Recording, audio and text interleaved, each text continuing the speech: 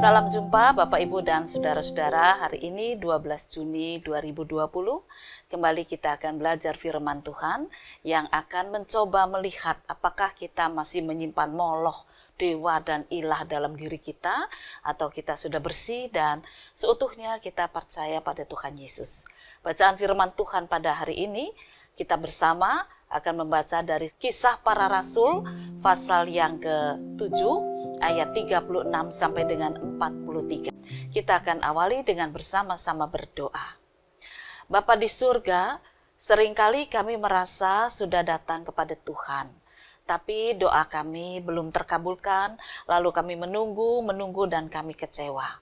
Seringkali kami merasa kami sudah punya iman, tetapi ketika badai datang kami tergoncangkan, kami kecewa. Inilah keberadaan kami yang masih lemah, oleh karena itu teguhkan iman kami, supaya kami belajar dari hamba-Mu Musa, yang benar-benar menyerahkan hidupnya hanya dalam pimpinan Tuhan. Roh Tuhan berkaryalah kepada kami, di dalam pembacaan firman dan di dalam perenungan pada hari ini. Kami berdoa dalam nama Tuhan Yesus Kristus. Amin. Kisah Para Rasul, pasal 7, ayat 36 sampai dengan 43. Dialah yang membawa mereka keluar dengan mengadakan mujizat-mujizat dan tanda-tanda di tanah Mesir, di Laut Merah, dan di padang gurun 40 tahun lamanya. Musa ini pula lah yang berkata kepada orang Israel, "Seorang nabi seperti aku ini akan dibangkitkan Allah bagimu dari antara saudara-saudaramu." Musa inilah yang menjadi pengantara dalam sidang jemaah di padang gurun di antara malaikat yang berfirman kepadanya di Gunung Sinai dan nenek moyang kita. Dan dialah yang menerima firman-firman yang hidup untuk menyampaikannya kepada kamu. Tetapi nenek moyang kita tidak mau taat kepadanya, malahan mereka menolaknya. Dalam hati, mereka ingin kembali ke tanah Mesir. Kepada Harun mereka berkata, "Buatlah untuk kami beberapa Allah yang akan berjalan di depan kami, sebab Musa ini yang telah memimpin kami keluar dari tanah Mesir, kami tidak tahu apa yang telah terjadi dengan dia." Lalu pada waktu itu, mereka membuat sebuah anak lembu, dan mempersembahkan persembahan kepada berhala itu, dan mereka bersukacita tentang apa yang dibuat sendiri oleh mereka. Maka berpalinglah Allah dari mereka, dan membiarkan mereka beribadah kepada bala tentara langit, seperti yang tertulis dalam kitab nabi-nabi. "Apakah kamu mempersembahkan kepadaku korban sembelihan dan persembahan selama 40 tahun di padang gurun itu, hai kaum Israel? Tidak pernah. Malahan kamu mengusung kemah Molok dan bintang dewa Refan, patung-patung yang kamu buat itu untuk disembah. Maka aku akan membawa kamu ke dalam pembuangan sampai di seberang sana Babel." Bapak, Ibu, dan saudara-saudara, kita semua tentu kenal Musa. Siapa dia? Dia anak keturunan orang Ibrani, orang Israel yang lahir di tanah Mesir. Lalu kemudian dia dibuang ke sungai Nil, karena harus begitu, anak laki-laki tidak boleh hidup. Kemudian dia diangkat anak oleh putri Fir'aun. Dan sejak itulah dia tinggal di istana Fir'aun, yang tiap harinya sejak dia kecil sampai dia dewasa, dia selalu melihat upacara sembahyang orang-orang Mesir, Raja Mesir. Ya, bagaimana mereka sembahyang, berdoa kepada para ilah, kepada dewa, dan itu dilihat sejak kecil. Harusnya Musa menjadi orang yang kental dengan penyembahan berhala, karena itulah yang dia dapatkan sejak dia kecil. Ya. Tapi pada kenyataannya tidak demikian. Ketika dia jadi pemuda, kemudian dia melihat ada orang Israel teraniaya, dia mulai protes. Dia akhirnya melakukan satu pembunuhan dan dia lari ketakutan. Dia kabur dari istana. Pada saat itulah kemudian dia berjumpa dengan Tuhan. Dan sejak saat itu dia tidak mau lagi untuk berdoa atau percaya kepada dewa-dewa, kepada ilah-ilah.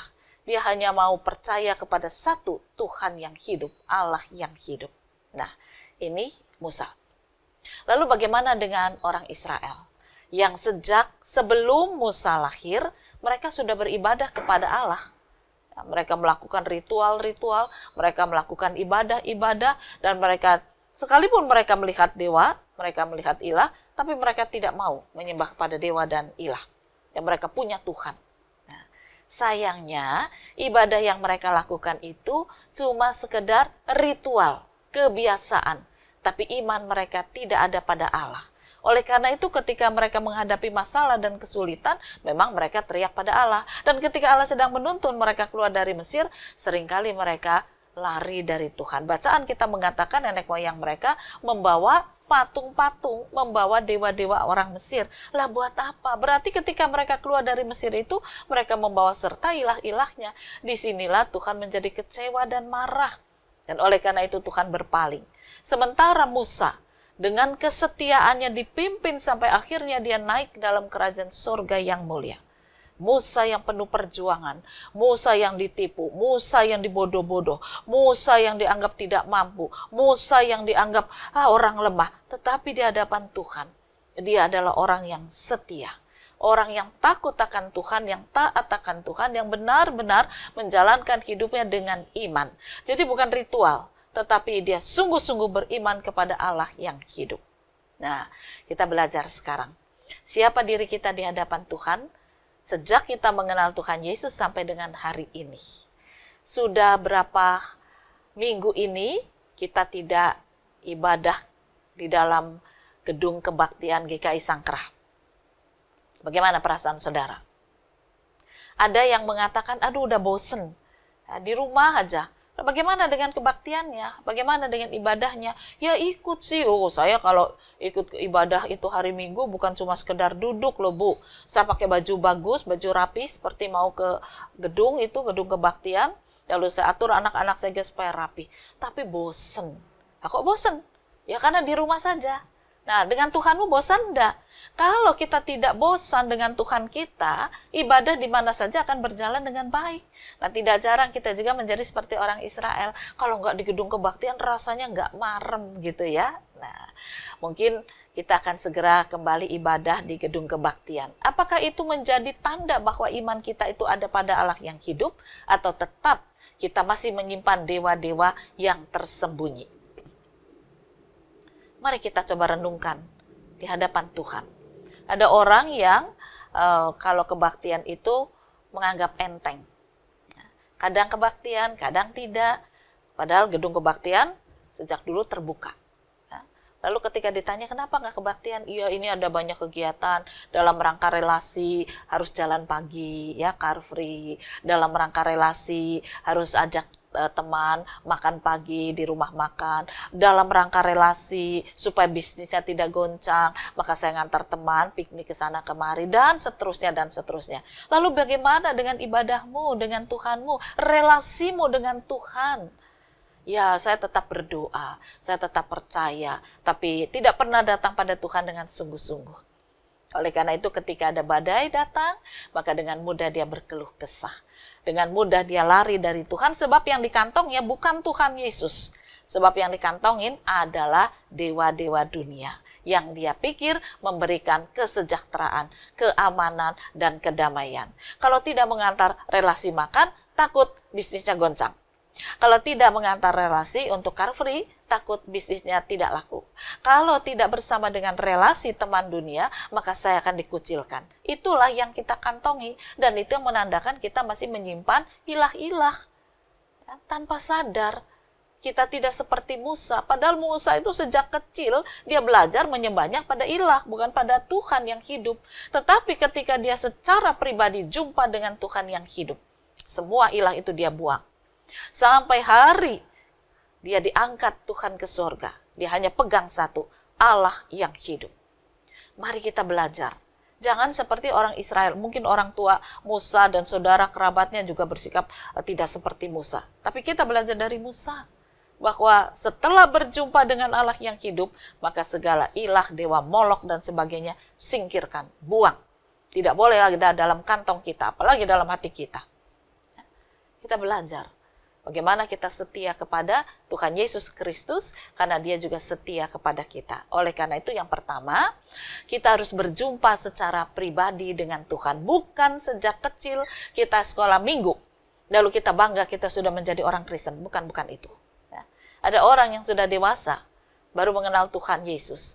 Dan dia mengenal dengan pribadinya, dengan sungguh-sungguh. Maka imannya jauh lebih kuat dibanding dengan mereka yang dari kecil sudah sekolah minggu. Tapi cuma sekedar kebiasaan, cuma sekedar ritual. Saya jumpa dengan seorang pemuda yang justru mengenal Tuhan Yesus pada usia mudanya. Ketika dia sedang patah hati, sedang merasa hancur, tidak punya masa depan, lalu dia berjumpa dengan Tuhan Yesus. Nah, lalu saya juga jumpa dengan seorang pemuda yang sejak kecil sekolah minggu. Rajin sekolah minggu, ikut lomba gambar, ikut menyanyi, kadang-kadang bawa kantong persembahan, ikut doa ini dan itu. Tetapi ketika pemuda, dia jatuh cinta pada seorang pemudi yang sama sekali menolak Kristus. Dan dia ikut ke sana. Dia bilang, gimana ya Bu, udah cinta. Aduh, menyedihkan sekali. Apa artinya sekolah minggu yang sejak kecil dia ikuti? Dan ketika dia besar, dia jumpa dengan seorang duniawi, seorang perempuan. Apakah perempuan itu mampu memberinya hidup damai sejahtera sampai mengantar ke surga? Tapi tetap dia mengatakan, aku pilih perempuan itu. Menyedihkan. Sementara seorang pemuda lain yang karena seorang perempuan juga, dia ditinggal, lalu dia hancur, dan kemudian dia berjumpa dengan Yesus, dan dia menjadi setia di dalam Yesus. Dan sungguh-sungguh dia belajar mengenal Yesus. Ada banyak orang Kristen seperti ini. Kita tidak belajar dari Musa. Dia meninggalkan semua dewanya. Dan dia ikut Tuhan Yesus dengan setia.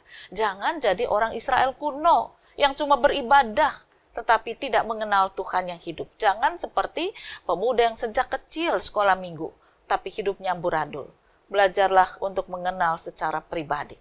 Yang kedua, kita akan lihat, kalau sudah mengenal Tuhan Yesus secara pribadi, lalu apa yang harus dilakukan? Perubahan, saudara-saudara. Musa itu setelah mengenal Allah, lalu dia mengalami perubahan. Dia tidak lagi menjadi seorang yang berpikiran harus tinggal di istana Fir'aun. Tapi dia berubah total, dia tinggal di padang gurun, dia tinggal dalam kemiskinan, dia tinggal dalam kelaparan. Semua dijalani dengan sukacita. Perubahan besar. Dari seorang pangeran menjadi seorang yang tidak punya rumah, itu hal yang luar biasa berubahnya. Tapi Musa menjadi kuat justru di padang gurun, bukan di istana Fir'aun, karena dia berjumpa dengan Tuhan. Adakah kita juga mengalami perubahan? Watak, sifat, pemikiran, pola hidup, belajar dari Musa. Kita jangan selalu berpikir harus tinggal di istana Fir'aun. Kalaupun Tuhan memberikan padang gurun saat ini, nikmatilah. Yang penting kita didampingi Tuhan, dijaga oleh Tuhan. Nyatanya Musa juga panjang umur, bahkan dia naik dalam kerajaan surga yang mulia. Jadi jangan kita terikat dengan dunia ini untuk tetap tinggal di istana Fir'aun. Kita ingin punya rumah itu boleh. Tapi bagaimana kita bekerja untuk mendapatkan rumah, kita harus mengalami perubahan. Bukan seperti cara dunia, tetapi kita percaya cara Kristus yang ajaib, yang memberikan kepada kita rezeki, supaya kita bisa punya rumah untuk tinggali di dalam dunia ini. Oleh karenanya, masih banyak hal lain yang sesungguhnya seharusnya membuat kita belajar. Apa yang kita imani, apa yang kita kantongi, Molok, dewa, ilah, atau Yesus Kristus yang hidup. Nilailah diri Anda seturut dengan iman yang Anda imani. Belajar dari Musa, berjumpa dengan Kristus, mengalami perubahan, maka kita akan bisa menikmati kerajaan sorga. Selamat berjuang, Tuhan memberkati firman-Nya. Amin. Mari kita akan bersama-sama berdoa. Tuhan Yesus, kami sadar dunia selalu menyodorkan kesenangan-kesenangan yang seringkali membuat iman kami goncang. Ingatkan bahwa kesenangan dunia umurnya sangat pendek dan tidak mengantar kami dalam kerajaan surga. Kami tinggalkan semua dewa dan ilah dunia. Kami akan berjumpa dengan Tuhan Yesus setiap waktu yang menguatkan, meneguhkan langkah hidup kami untuk kami boleh menikmati hidup di tengah dunia ini bersama dengan karunia Tuhan, bersama dengan kemurahan Tuhan, bersama dengan kehangatan cinta kasih Tuhan. Kami percaya kami dipelihara oleh Engkau. Inilah kerinduan kami dalam nama Tuhan Yesus Kristus. Amin.